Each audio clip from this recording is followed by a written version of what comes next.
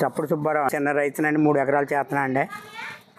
ఇదివరకు అయితే మాకు ధాన్యం కోసినాక గొట్టని వేసేటప్పటికి 15 రోజులు ఎండబెట్టండి పట్టించుకోరండి.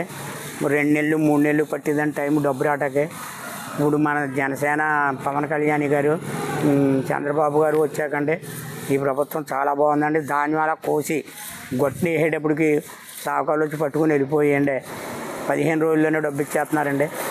ఈ ప్రభుత్వం వచ్చాక మాత్రం చాలా బాగుందండి. మాకు పెన్షన్ ఆదివారం కానీ 1వ తారీఖు వస్తే అండి 31ని శనివారమే ఇచ్చేస్తున్నారండి.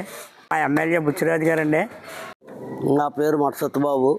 జనసేన, తెలుగుదేశం, బీజేపీ కూటమి ప్రభుత్వం వచ్చిన తర్వాత అనేకమైన అభివృద్ధి కార్యక్రమాలు జరుగుతున్నాయి.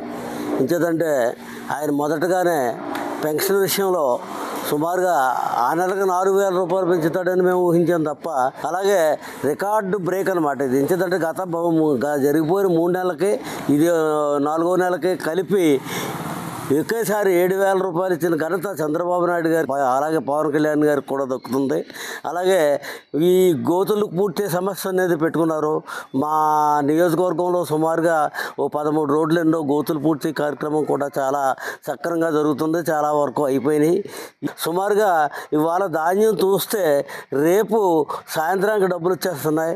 ఇది ఎప్పుడు కని విని ఎరగని సమస్య. ధాన్యం డబ్బులు కానీ ఇలాగే మరి ప్రతి విషయంలోని కూడా ఎదురుంటుంది.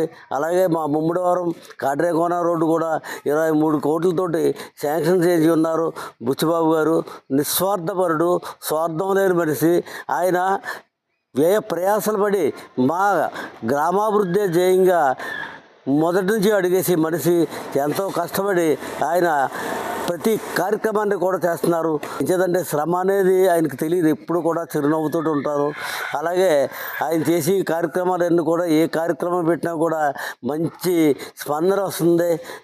అమరావతి అభివృద్ధి కానీ, అలాగే మనకి పోలవరం ప్రాజెక్టు కూడా చాలా వరకు కూడా దానికి కావాల్సినవి కూడా కేంద్రం నుంచి తీసుకురావడానికి కానీ నిధులు కానీ ఇటువంటి ఎన్నో పొత్తులో భాగంగా తీసుకువస్తున్నారు.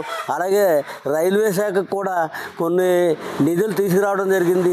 వర్క్ కూడా స్టార్ట్ చేయబోతున్నారు. అలాగే ఎన్నెన్నో కార్యక్రమాలు ఓటమిలో భాగంగా ఇద్దరు ముఖ్యమంత్రులా మనకి అన్నట్టుగా వారు చేస్తున్నారని, అలాగే గతం వైసీపీ ప్రభుత్వంలో ఏ ఎమ్మెల్యే కూడా ఎప్పుడూ కనపడి మొన్న సతీష్ కుమార్ ఏ రోజున కూడా అయినాపురం గ్రామం చూడలేదు. అయినాపురం గ్రామాన్ని సుందర వనంగా తీర్చిదిద్దుతారని మాటలు చెప్పిన ఎమ్మెల్యే కనీసం ఒక రోడ్డు కూడా వేయకుండా ఆయన కాలాతీతం చేసి పోయారు తప్ప ఏ విధంగానే పనిచేయలేదు.